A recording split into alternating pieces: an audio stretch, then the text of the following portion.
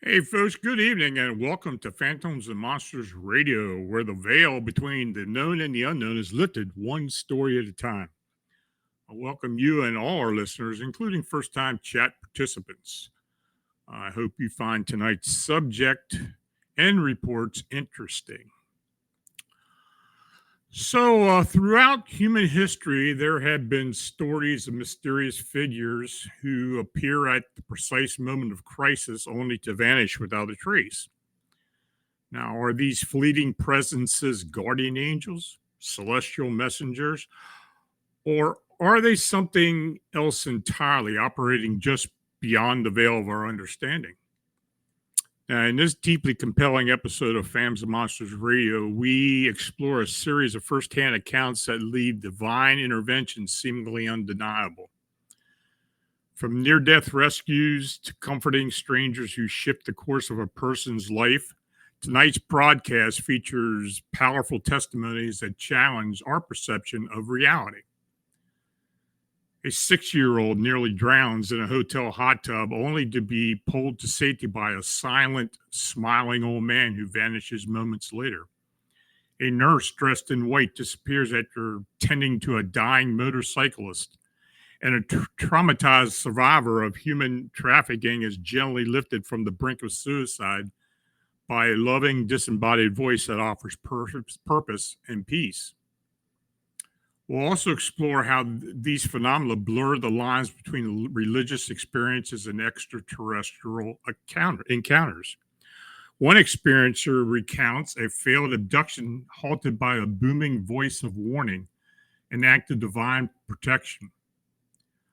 Another recalls a UFO event that left their uncle transformed and spiritually awakened. Are these messengers truly angels? Or are they part of a large cosmic intelligence that intervenes during moments of crisis and transformation? Join us as we delve into cases that suggest that we are not alone, even in our darkest hour. Whether these beings are divine emissaries, higher dimensional guides, or alien watchers, their presence leaves an undeniable imprint. These encounters remind us that in times of despair, help may arrive in the most unexpected forms. But before I proceed, please consider supporting the channel by clicking the subscribe and like buttons and by sharing our content. Super chat and super thanks donations are appreciated. You can click the dollar icon located below the chat box. Uh, Now, I did want to mention I also have a meeting with the website rebuild team on Monday for Phantoms and Monsters to discuss some of the final details. And I want to thank everybody for being patient. It's been taking a long time, I know, but it's been a lot of work. And if you'd like to help balance the cost of Phantoms and Monsters, the Phantoms and Monsters website rebuild, you can use PayPal or Buy Me a Coffee links in the description, as well as super chat and super thanks. I really thank you for your support and your consideration. Now, your comments are always welcome.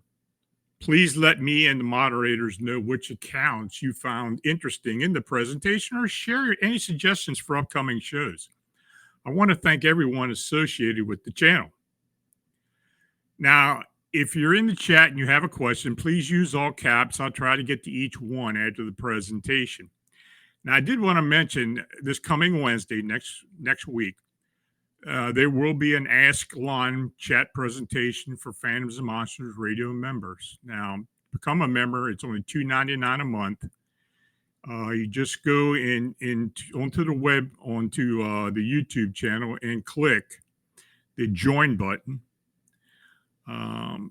You join the insiders tier to unlock powerful community perks like members only chat with me, access to exclusive video content, priority response to your comments, first looks into new investigations and case drops, as well as free downloads and many more of those to come. So if you do have a perk suggestion, we're listening. Phantoms and Monsters is built by the community for the community.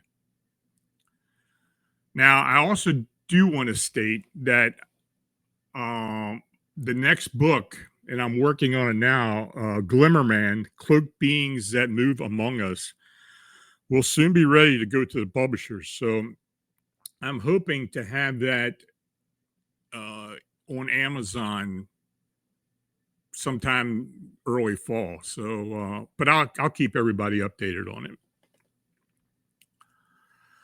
So, this first account, the witness states, "Hi, I've only shared this with a few people. It's one of my earliest memories. I was about 6 years old when this happened. I was on vacation at the Edgewater Hotel in Gatlinburg, Tennessee with my family. We were enjoying the indoor hot tub, and nearby was a swimming pool with hotel rooms lining the area next to it. Now, my parents needed to go to our room, which was about a 15-second walk away, so they left me alone in the hot tub. I was the only one in the entire indoor pool area. I was having fun in the hot tub and decided to walk around in it. As I moved towards the middle, my feet slipped and I discovered that I was in much deeper than I thought. I sank to the bottom and for some reason couldn't get a foothold. I started to panic, flailing and trying to reach the surface, but my feet kept slipping out from under me. Soon I reached the point where I just couldn't hold my breath any longer. This might sound crazy, but I vividly remember inhaling water, drawing a half breath of it into my lungs. I can still recall the sensation of water entering my lungs, although it didn't cause me any pain.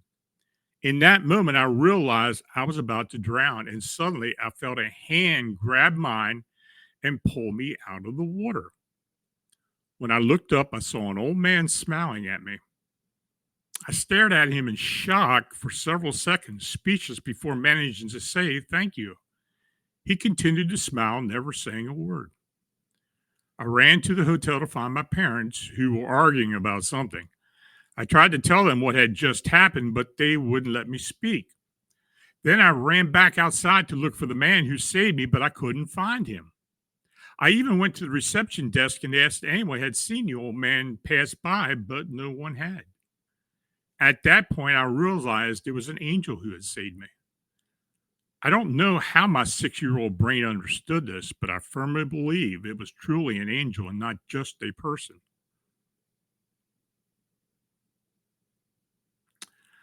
Now, this next account, the witness states, the following is a story that happened to me in the 1980s. It took place in 1987 on the east side of St. Paul, Minnesota, at the intersection of Bradley Street and Maryland Avenue. It was approximately 11 p.m., and I was lying on the couch when I heard a loud crash. I ran outside to see the extent of the accident. When I reached the scene, I saw that a motorcycle had collided with a car and was turning onto Maryland Avenue. The driver and the passenger of the bike had been thrown over the vehicle. The driver landed on the street with his head up against the curb, while the passenger was ejected onto the grass of the boulevard. I was the first person at the scene, except for a nurse dressed entirely in white who had already attended to the motorcycle driver. She looked at me and said, "I have this one, you take care of the other." I then went over to the passenger who had landed on the grass. The boy's hand was severely injured and he was in shock but conscious. I applied pressure to his hand, which was bleeding profusely, while I kept an eye on the nurse who was still focused on the driver. Within a few minutes, others began to arrive, including a police officer. When the officer arrived, he went to the boy who had his head up against the curb and spoke with the nurse attending to him. He then approached me and asked about the condition of the boy I was with. After looking at him, he instructed me to maintain pressure on the cut and to keep talking to him to keep him awake. He then returned to the nurse who was caring for the other boy. Now, at this point, I could hear an ambulance approaching in the background. The policeman came back over to me and expressed his belief that the other boy might not survive. He asked me again how the boy I was with was doing, and I informed him that he was okay for now, but showing signs of shock as he was shaking. The officer then went to meet the ambulance crew. They first examined the severely injured boy and then returned to inquire about the one I was helping. The policeman again asked if I had seen where the nurse had gone. Unfortunately, I hadn't. Now, by this time, the paramedic had arrived and taken over for me. The policeman was asking the crowd if anyone had seen where the nurse had disappeared. He returned to me, took down my information, asked again about the nurse. I told him I had spoken with her, but no one else seemed to know where she had gone, as if she had just vanished. Another motorcyclist had been with them, and I ended up giving him a ride to pick up the injured boy's mother and drive him back to the hospital. After that, I went back home. Sadly, the motorcycle rider or driver was pronounced dead at the hospital. Was the nurse an angel coming to take someone who was passing? This next account, the witness states, in 2007, when I was 15, I lived in Phoenix, Arizona. One night, the news instructed everyone to go outside and look at the colorful orbs in the sky. So my sister, dad, and I went outside to see these orbs. It was reminiscent of the Phoenix Lights event, which, if you're familiar, was a series of widely reported UFO sightings observed in the skies over Arizona and Nevada on March 13, 1997. We took our digital camera and began taking photos of these UFOs, which displayed a range of colors, including blue, green, pink, and orange. They were V-shaped and flew in formation like geese. We watched this phenomenon alongside our neighbors, and everyone was outside looking at the sky. This typically excited me because my family had a keen interest in UFO and aliens. However, after a few minutes of looking up, I suddenly felt exhausted, as if someone had given me a sleeping pill. I told my dad and sister that I wanted to go lie down in bed, and they didn't think anything of it, so they stayed outside to watch the UFOs. I lay flat on my back, comfortable, and in that position, I could see the colorful orbs flying around through a slit in my window blinds. I felt comforted by their presence and fell asleep instantly. This was unusual for me. Usually it takes me about 15 to 20 minutes to fall asleep, but this time I was out as soon as I closed my eyes. Then my attempted abduction began. I will never forget it. I found myself in a trance-like state, enveloped by an overwhelming feeling of calm. I was fully aware, yet somehow not completely conscious, and couldn't move at all. I felt paralyzed, but it didn't bother me because of the serenity I was experiencing. Whatever was happening started to lift me out of the bed, and I felt a strong gravitational pull from above. I was entirely at peace and accepted that I was being taken.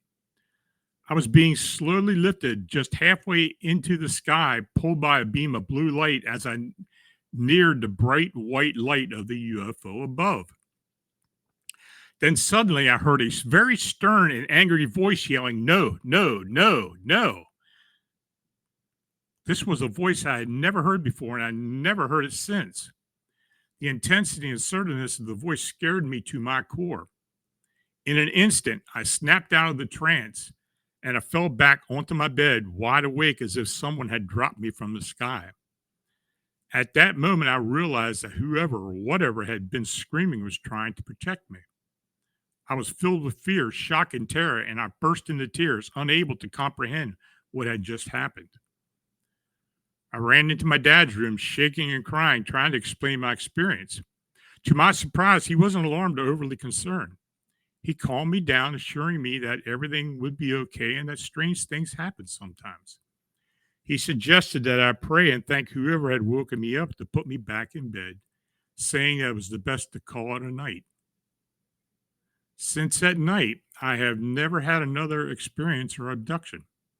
To me, this experience suggests that there are forces that are much higher intelligence than ours and are extremely and actively experimenting on us and manipulating our minds and bodies for their purposes.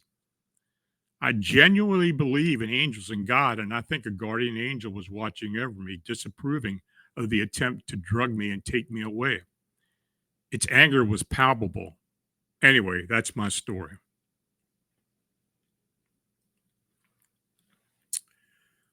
So, in this next account, the witness states in August 2023, my grandmother suffered a severe stroke. Recovery looked bleak, but unexpectedly, she made significant progress in regaining her mobility and speech. However, during the follow up testing and scans, lymphoma was discovered in her brain and a CNS lymphoma was confirmed. Within days, she gained treatment, and just weeks later, she was awaiting a hospice bed.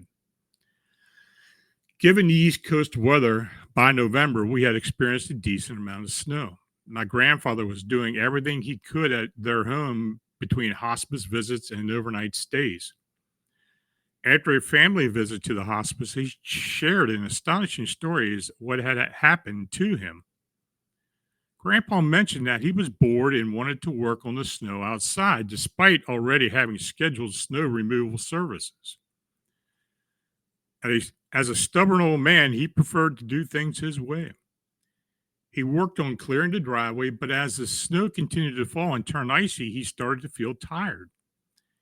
He turned off the snowblower and went back into the garage to grab a bucket of salt for the men who would come to finish the job.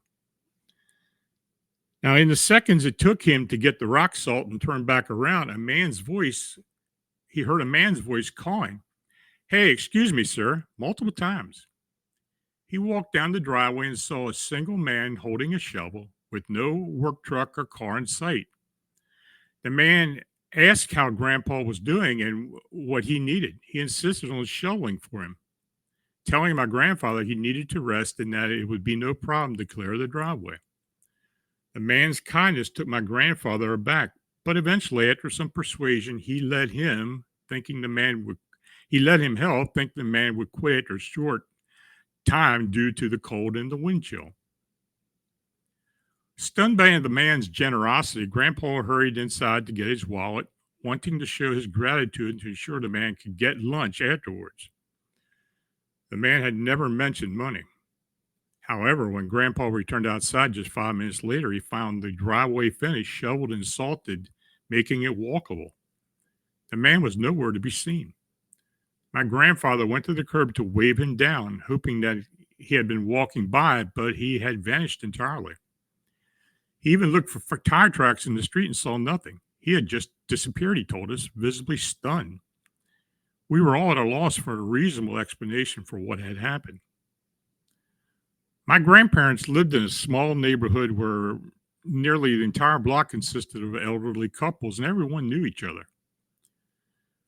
There were rarely any children playing outside. Halloween was just another day with no trick or treaters. Therefore, there were no people under the age of 60 in the area, and certainly no kids. I mention this because it feels unlikely that anyone in the neighborhood could have a connection with this man. There were no signs of any vehicles, and Grandpa noted that there were barely any footprints in the snow. The man had simply appeared and then vanished. As I mentioned earlier, my grandmother was actively dying in hospice at the time. My grandpa liked to be alone in his house sometimes, often playfully kicking us out so we weren't there around the clock until shortly after this event and through my grandmother's passing. I understand that he was experiencing immense stress and grief during this time, but I find it hard to believe this encounter was just a daydream or a trick of his mind.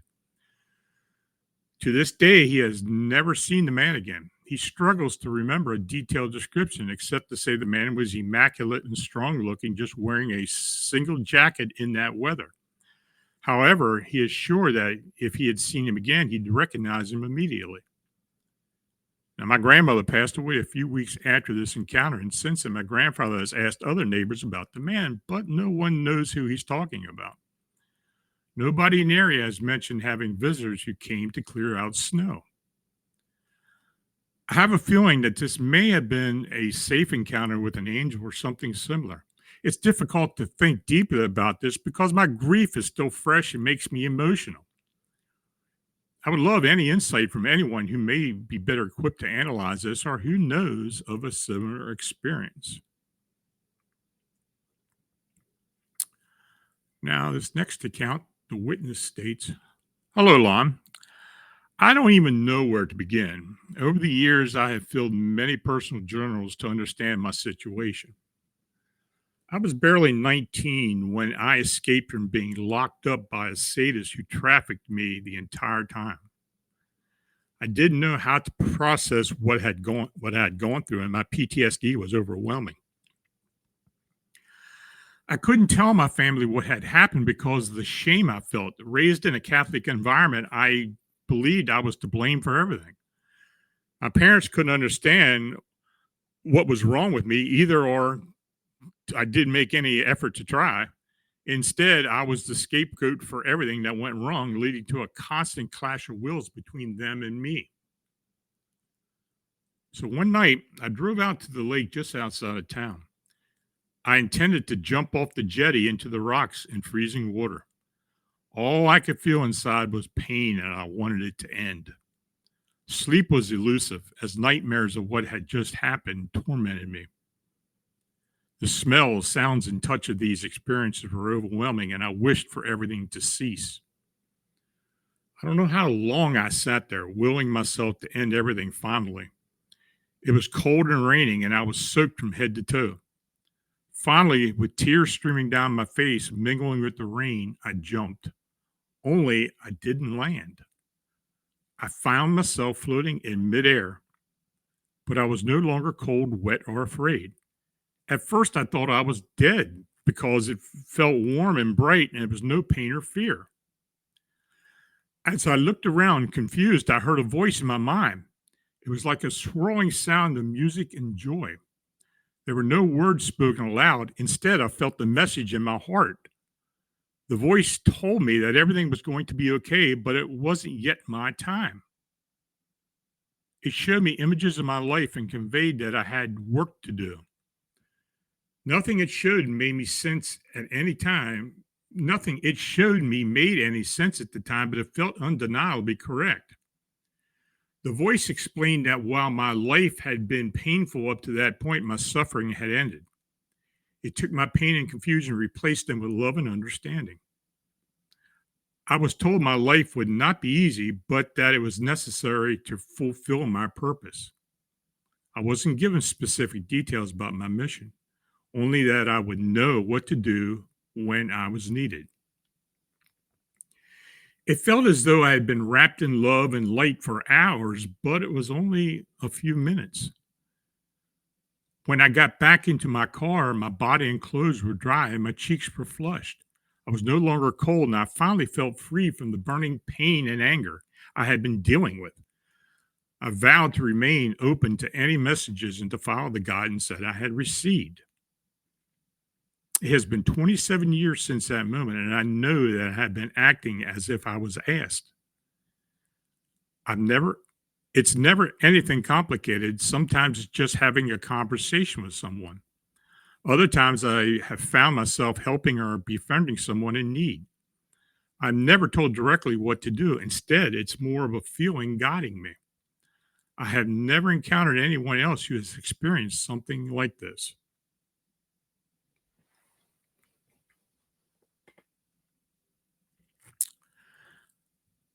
Now, this next witness states this story takes place in 1909 when my great grandfather, Harley, was just 7 years old. He lived deep in the Maine woods with his parents and two siblings. Harley's father was away for a couple of weeks for work, and winter was just beginning. Harley helped his mother take care of the family home and his younger siblings. One day, while they were hanging the laundry outside in the cold, my mother fell ill and fainted upon entering the house. Harley did his best to care for her, but after a couple of days, it seemed that the entire family had fallen very sick, except for him. He recalled his mother telling him that he needed to journey into town to fetch a doctor. The walk was about 10 miles, and at only 7 years old, he had to be strong and take on the responsibilities of the man of the house in his father's absence. He bundled himself up and set out early in the morning. The weather was frigid, and soon it began to snow. Harley started to doubt his ability to make the journey. He described how the snow blinded him and how his feet were so frozen that it became difficult to keep going. Suddenly, a friendly dog approached him, followed by a man. Relief washed over him. The man was handsome and wore a strange coat that didn't seem warm enough. It appeared to be made of leather with fur around the collar. The stranger introduced himself as Finn and said that he was going the same way. They began walking side by side through the storm, accompanied by Finn's dog. Now, though Harley couldn't remember the specifics of the conversation, he recalled feeling warm, safe, and full of energy as they walked. The journey flew by, and as they approached the small town, Harley looked around and noticed the dog was no longer there. When he looked back at Finn, he had disappeared as well. They were quite far from the woods, with no apparent place for him to have gone. Confused, Harley soon found someone to speak within town. Unfortunately, due to the huge snowstorm, they couldn't venture back out for a while. Tragically, my great grandfather's mothers and siblings passed away. However, the story doesn't end there. This twist has always perplexed me, and I wish I had answers. Harley eventually married my great grandmother, Sarah, and they named their firstborn son Finn in honor of Haley's angel in the woods. Finn was a handsome man who became a pilot against his mother's wishes. In 1941, he crashed his plane while flying solo. My grandmother couldn't speak his name again until she was old and on her deathbed. I saw an old photo of Finn in his leather bombing jacket with fur around the collar, and I've always wondered if he was the angel who saved my grandfather's life. I want to thank Real Truth for your donation. Very much appreciated. Now, this next witness states at around 5:26 p.m., a Vietnam veteran accidentally discharged a 12-gauge shotgun, believing it was unloaded. He says it hit me perfectly in the right knee and removed the lower part of my leg from the knee down. His name is Maynard, and he recalled using his belt, he managed to wrap the wound to slow the blood flow while his friend picked him up on his back and carried him to a clearing under the power lines. We finally reached the clearing when Joe laid me down and two people approached us. To this day, we don't know who they were and where they came from. The man claimed to be a doctor, and the woman said she was a registered nurse. They had been bird watching nearby and heard all the yelling. We were 2.5 miles from anything, and nobody had permission to be there. It's not something you'd expect during the opening day of gun season in Ohio. Those two people came out of the woods, and believe me, it was not easy walking there. It's either straight up or straight down with tons of green briars and honeysuckle thickets. Now, Maynard believes what happened to him next to have been a miracle. He says, while lying under the power line, I died. I lost over 5.5 units of blood, and nobody at the scene could explain what happened afterward.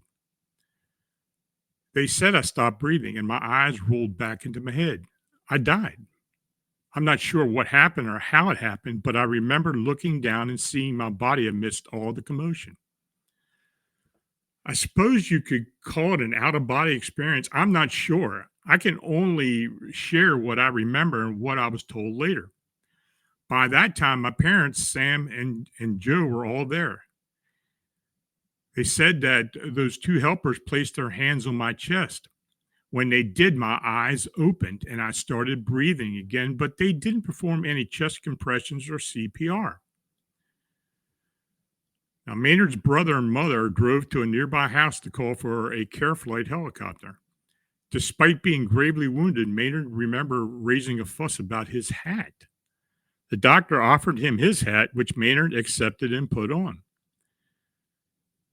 To this day, Maynard keeps that hat locked in a safe at home. He says, I spent the next year and a half in recovery. I have a leg without a knee. My right leg is fused straight. And I have 27 pins, 41 screws, and a stainless steel rod from my groin to my ankle. And I've undergone 57 surgeries because of one accident.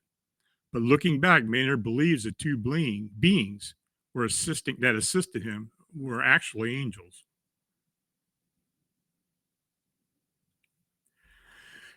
Now, I received this angel account from a woman who was very close to ending her life.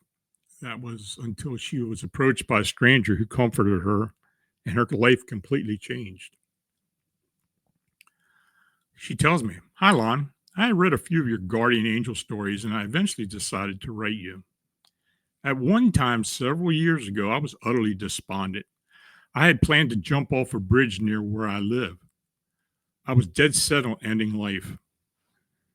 I was just out of energy and love. I had no more life to give, if that makes any sense. It was right before Christmas and it was snowing. I stopped at a hotel near the bridge to mooch off their Wi Fi to finish my farewell note. I was just about done when my battery died.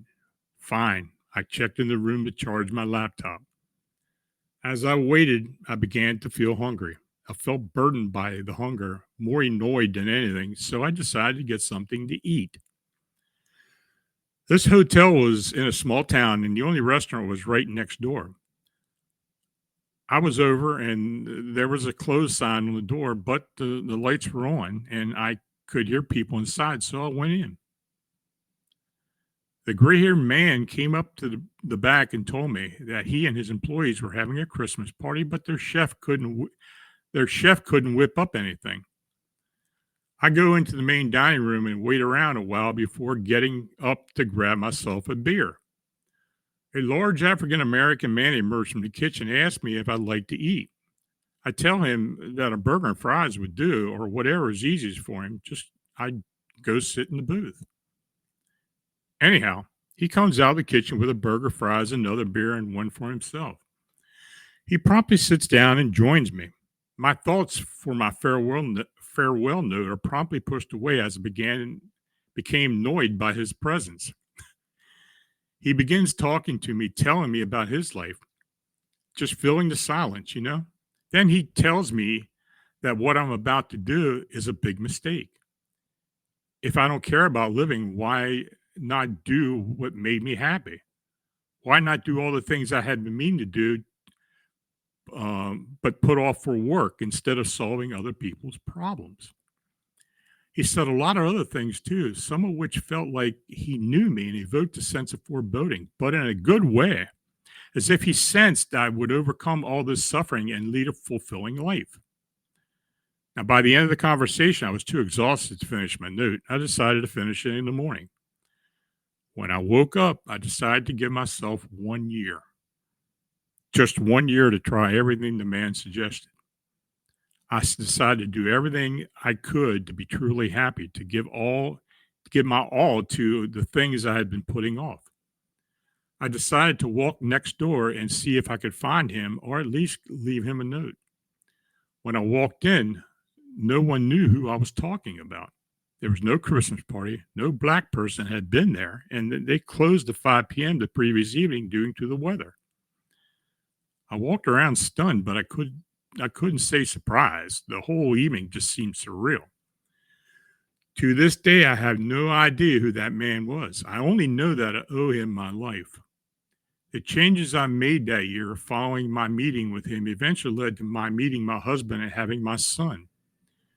We stopped there on a summer road trip this past year, and I cried when I realized how close I had become to ending my life. I can't imagine not knowing my husband or son. I think of that man often, and I call him my angel. Frankly, I don't care if he is or not, but it always be an angel that saved my life. I hope someday I can pass it on.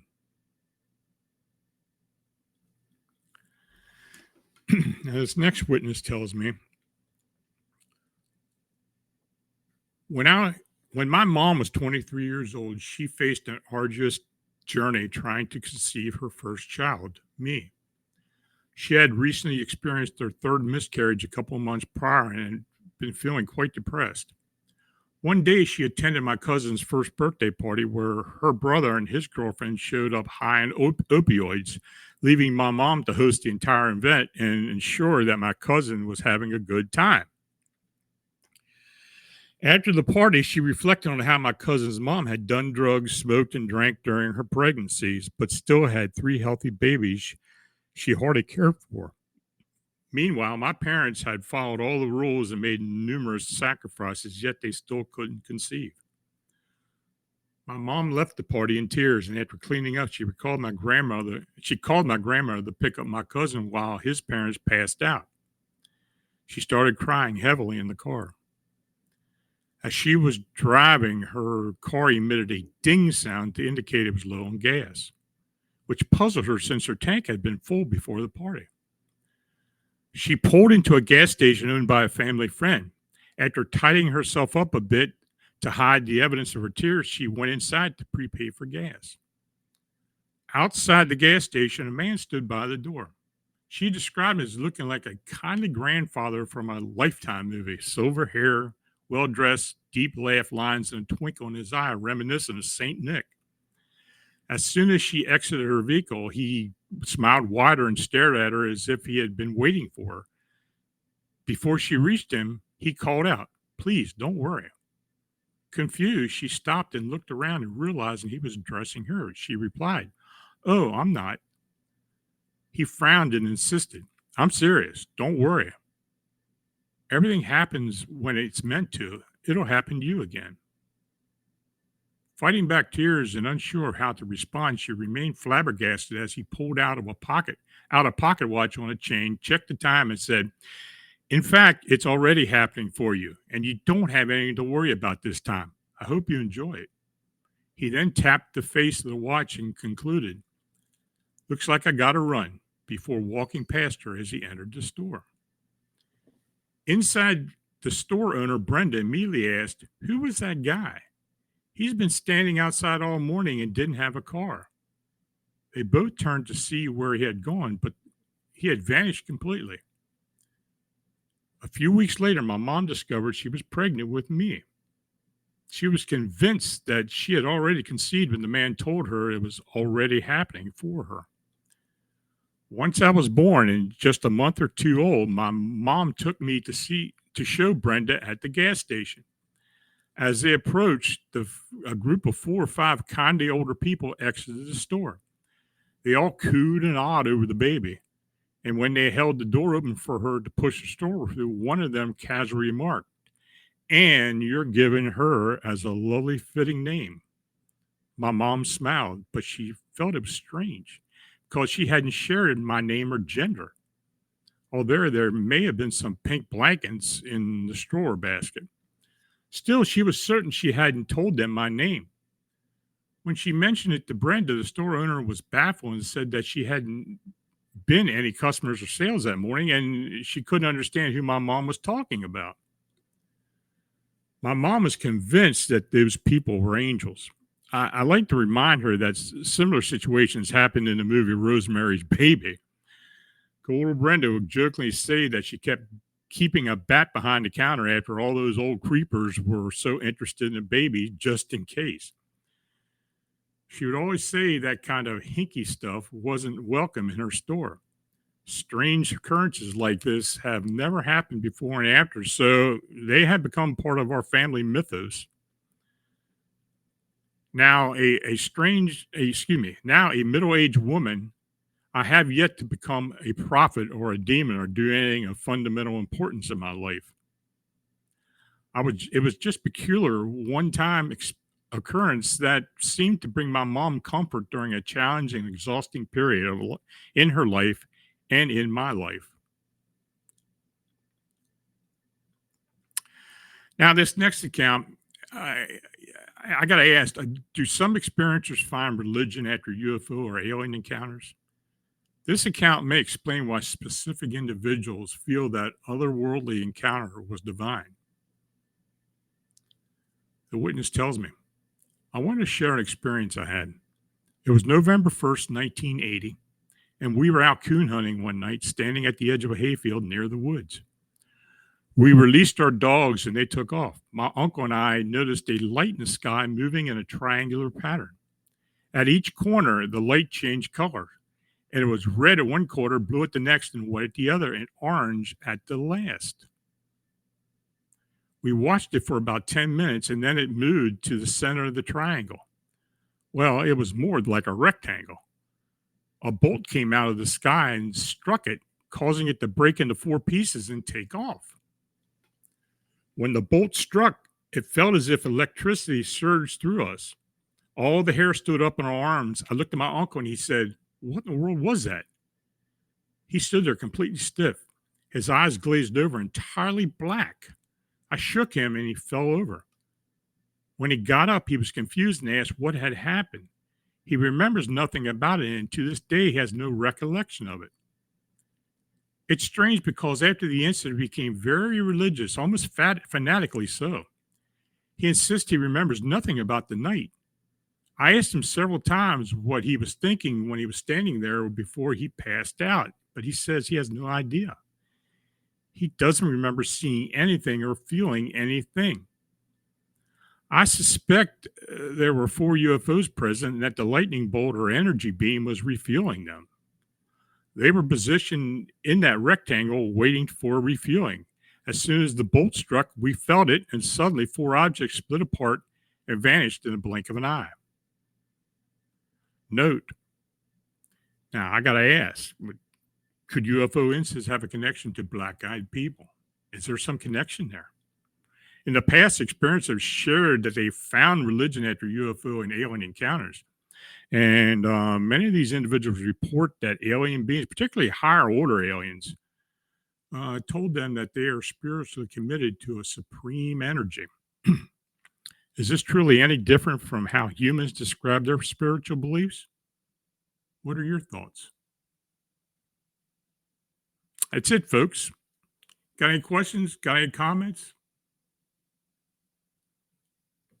Let me know about them.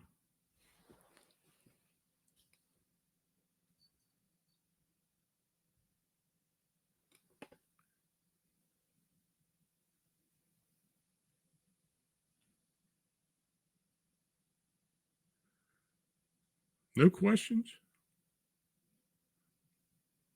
No comments?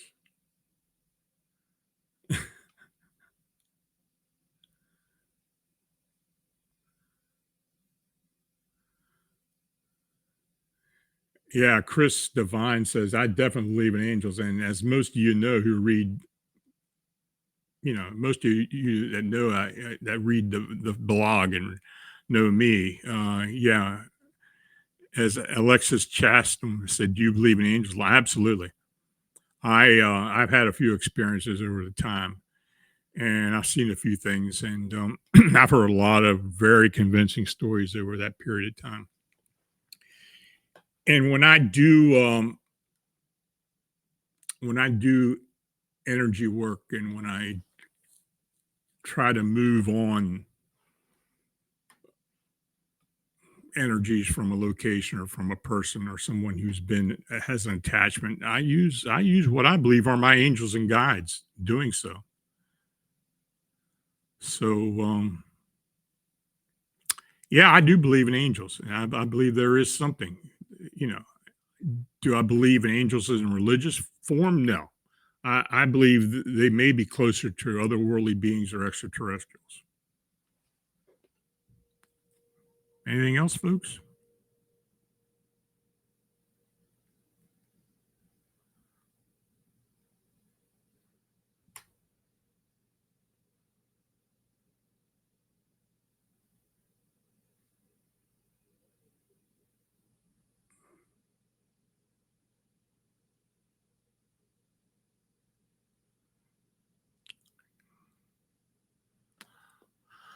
Win Nice, $50. I want to thank you for Super Chat. Absolutely. I do like sharing these stories. I really do. I mean, I hear a lot of them occasionally, and they seem to come in bunches too, which is kind of strange to me.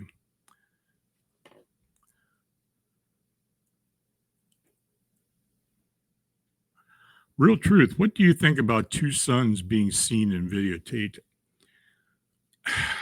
I I have heard that phenomena before. I think what do they call them, sun dogs or something to that effect.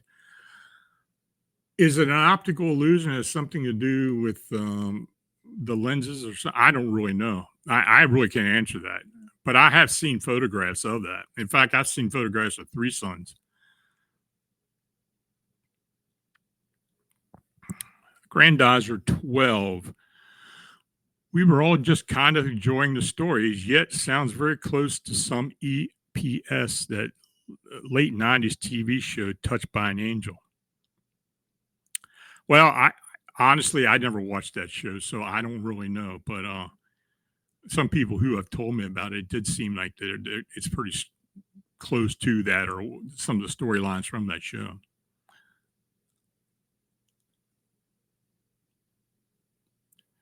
Sir Wolf, have your guides ever made themselves known to you? Um, that's kind of hard to describe. Yes. Have I communicated with them? Yeah, psychically, possibly. Um, but as I'm doing work using them and moving uh, energy on to other levels, they become more apparent to me. It's more of a mind's eye thing with me. I don't necessarily see them in a specific form, but I do feel them.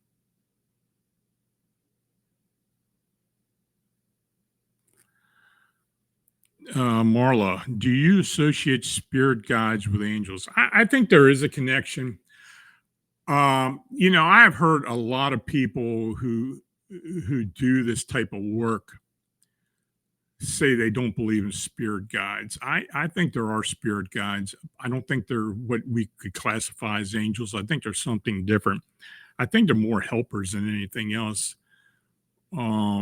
Angels seem to be more connected to the person themselves, in my opinion.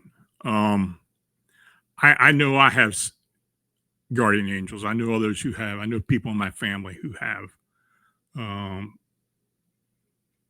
I think most people usually have about two with them. I have known people who've had one. I know people who have multiples, and they're not a lifetime thing with most people. They do change up sometimes, from what I've experienced. Next question.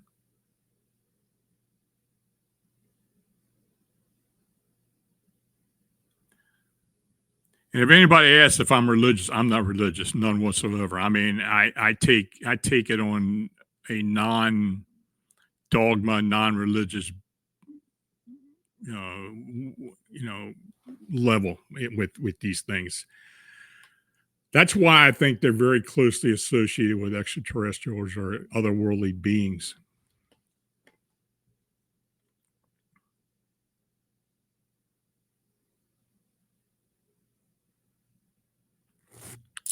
Anything else, folks?